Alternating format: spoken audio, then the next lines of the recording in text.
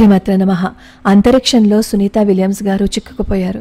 ఎవరికైనా ఆపద వచ్చిందని అనుకోండి, వెంటనే ఏం చదువుతాం? రామ ఆపదుద్ధారక స్తోత్రం మనం చదువుతూ ఉంటాం కదా. అలా చదివితే రాముడు రక్షిస్తాడు, రాముడు మనల్ని ఆ కష్టం నుంచి బయటపడేస్తాడు. ఇప్పుడు కూడా సునీత విలియమ్స్ గారు క్షేమంగా భూమి మీదకి వచ్చేయాలి.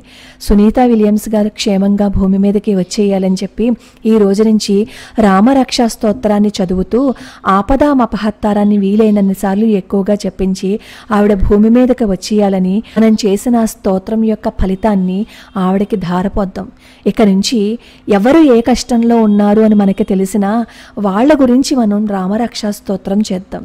అలాగే ప్రతిరోజు మనం దీపారాధన పెట్టుకునేటప్పుడు ఏ స్తోత్రం చదివినా చదవలేకపోయినా దేశం బాగుండాలి, దేశం కోసం ప్రాణాలు అర్పిస్తున్న అందరూ క్షేమంగా ఉండాలి, ముఖ్యంగా దేశం ఈ అరాచక శక్తుల నుంచి బయట పడిపోవాలి అని ప్రతి ఒక్కళ్ళు సంకల్పంగా రామరక్షా స్తోత్రం చేద్దాం. ఏది మర్చిపోకపోయినా సరే రామరక్షా స్తోత్రాన్ని చేసి ఆ రామరక్షా స్తోత్రం ఫలితాన్ని దేశం కోసం ధారపోసేద్దాం.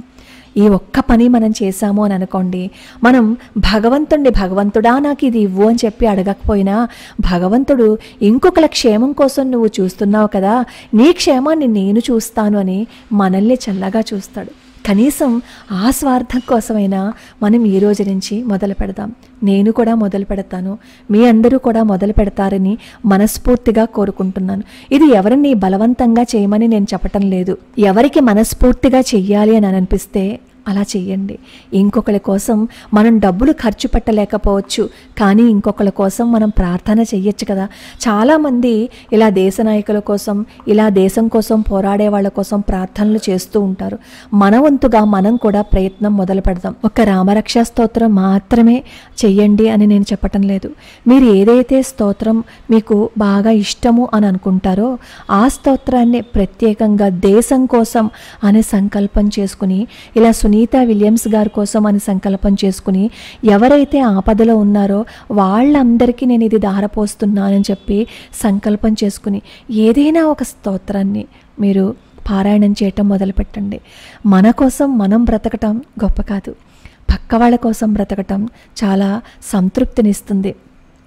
అన్ని విధాలుగా అందరూ అన్ని సమయాల్లోనూ చేయలేరు, కానీ పక్క వాళ్ళ కోసం భగవంతుణ్ణి ప్రార్థించచ్చు కదా.